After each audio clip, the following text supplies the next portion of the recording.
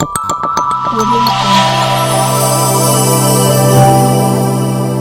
Jungle.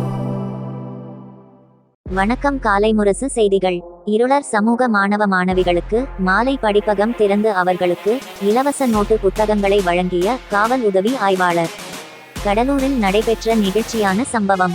Cuddalore மாவட்ட காவல்துறையில் உதவி ஆய்வாளராக பணியாற்றி வரும் திருமாவளவன்.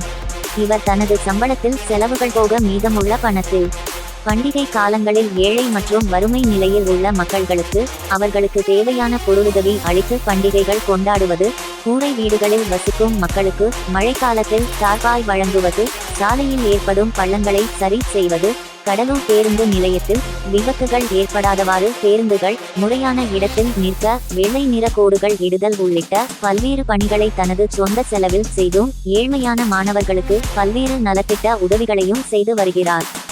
இந்நிலையில் கடலூர் முதுநகர் அடுத்த பச்சையாங்குப்பம் பகுதியில் உள்ள இருளர் குடியிருப்பு பகுதியில் பள்ளி மாணவ மாணவிகளுக்கு கல்வியின் தரத்தை உயர்த்தும் நோக்கில் இலவசமாக மாலை படிப்பகத்தை திறந்து வைத்தார். மேலும் இப்படிப்பகத்திற்கு படிக்க வரும் 50க்கும் மேற்பட்ட இருளர் சமூக மாணவ மாணவிகளுக்கு நோட்டு புத்தகம் உள்ளிட்ட கல்வி உபகரணங்களை வழங்கினார்.